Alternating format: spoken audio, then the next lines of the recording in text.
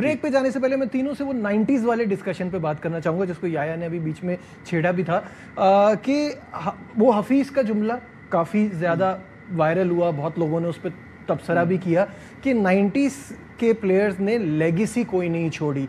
To some extent I agree, क्योंकि 92 के world cup के बाद से उन खिलाड़ियों को जिनमें इतना स्किल था, इतना दम था, इतनी गेम अवेयरनेस थी, जैसे शाहिद साहब कहते हैं कि उनको जीतना चाहिए था, जैसे 2000s की ऑस्ट्रेलिया थी या अभी की इंडिया है, इस तरह के प्लेयर्स थे, तो वो इतना डिलीवर नहीं कर पाए जितना कर सकते थे।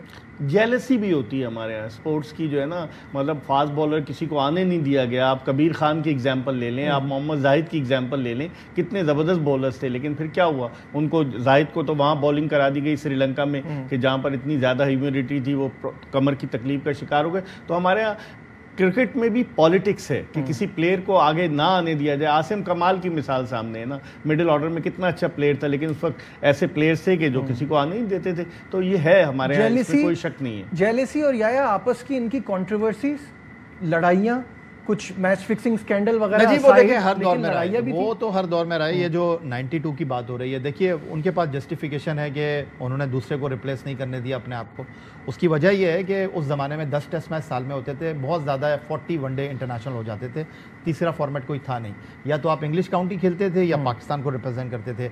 लेकिन आज ये ऐसा नहीं है। आज आपको साल में 25 T20 खेलने हैं, 10 टेस्ट मैच खेलने हैं, 15 एक रोज़ा मैच खेलने हैं।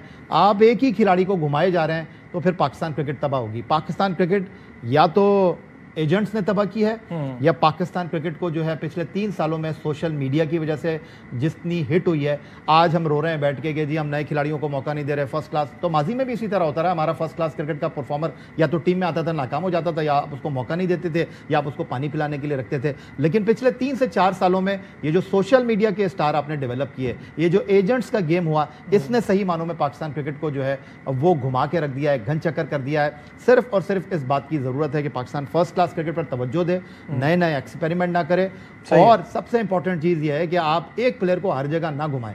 2-3 प्लेयर हर टीम में खेल सकते हैं। जैसे सारी दुनिया करती है, series by series pool of players, Pakistan को पूल ऑफ प्लेयर्स बढ़ाने पड़ेंगे। हमारे जो अभी इंटरिम हेड कोच हैं वो ये कहते हैं कि एक आध शिकस्त पे अवाम नाराज नहीं, वो वाली बात नहीं, दूसरी एक और बात बड़े मजे की है कि दो नहीं, मैं बात कर रहा हूँ आकिब जावेद की, कि एक आध मैच पे पब्लिक नाराज हो जाती है। हमारा एम एशिया कप और वर्ल्ड कप है भाई। बायलैटरल सीरीज में आप कहते हैं कि एम आपका आईसीसी इवेंट है, और जब आप उसमें जाते हैं आप पहले राउंड में बाहर हो जाते हैं। है क्या? हर आईसीसी इवेंट के बाद आपको ये सुनने को मिलेगा कि पाकिस्तान की टीम ट्रांजिशन फेज में आ गई है। अब हम अगले वर्ल्ड कप की तैयारी कर रहे हैं, अभी हम एशिया कप की तैयारी कर रहे हैं। जब एशिया कप आ जाएगा तो हम कहेंगे नहीं, हम तो T20 वर्ल्ड कप की तैयारी कर रहे हैं।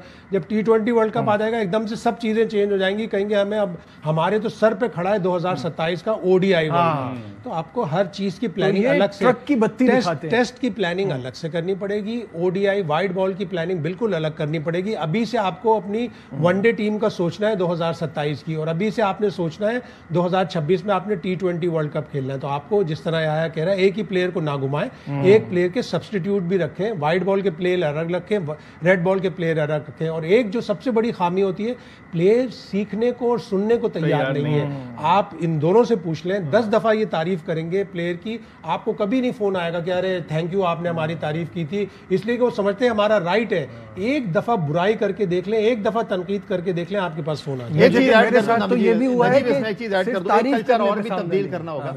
हर क्रिकेटर कोच नहीं बन सकता, हर कामयाब क्रिकेटर क्रिकेट बोर्ड में नहीं जा सकता। इस चीज को भी अंडरस्टैंड करना होगा। दूसरी जो सबसे अहम बात है वो ये है कि ये पाकिस्तान क्रिकेट का कल्चर बन गया है, या तो बोर्ड में, वो जिस तरह मोहम्मद हफीज कहते हैं ना, बाबू रेल में वरना जेल में। तो पाकिस्तान क्रिकेट में या तो क्रिकेट बोर्ड में आप काम कर रहे हैं, या आप टेलीविजन पे बैठे हुए। आप दुनिया में देखें, ऐसे नहीं होता जो टेलीविजन पे बैठे हुए तो क्रिकेट टीम के साथ इन्वॉल्व हो जाएं। अभी आप गौतम गंभीर को देख लें, IPL हो रही है, वो किसी फ्रेंचाइज के साथ नहीं है, लेकिन अगर हमारा कोई कोच होता तो वो जो है वो ये तो बड़ी बेसिक गलतियां थी ना कि फ्रेंचाइज की कोचिंग की भी इजाजत मिली हुई है हेड कोच को। ये तो मेन चीज है कि ऐसा नहीं होना चाहिए ना, आपको एक ऐसा ऑफिशियल चाहिए। अब वो चाहे फॉर्मर क्रिकेटर हो, डायरेक्टर बना के किसी को, इंटरनेशनली कभी भी फॉर्मर क्रिकेटर नहीं रहा। पैट हावर्ड ऑस्ट्रेलिया में था, हाई परफॉर्मेंस मैनेजर। अब उनके पास बेन ओलिवर है, इंग्लैंड में मो बोबार्ट था, इंडिया में भी सारे हमेशा हाई परफॉर्मेंस।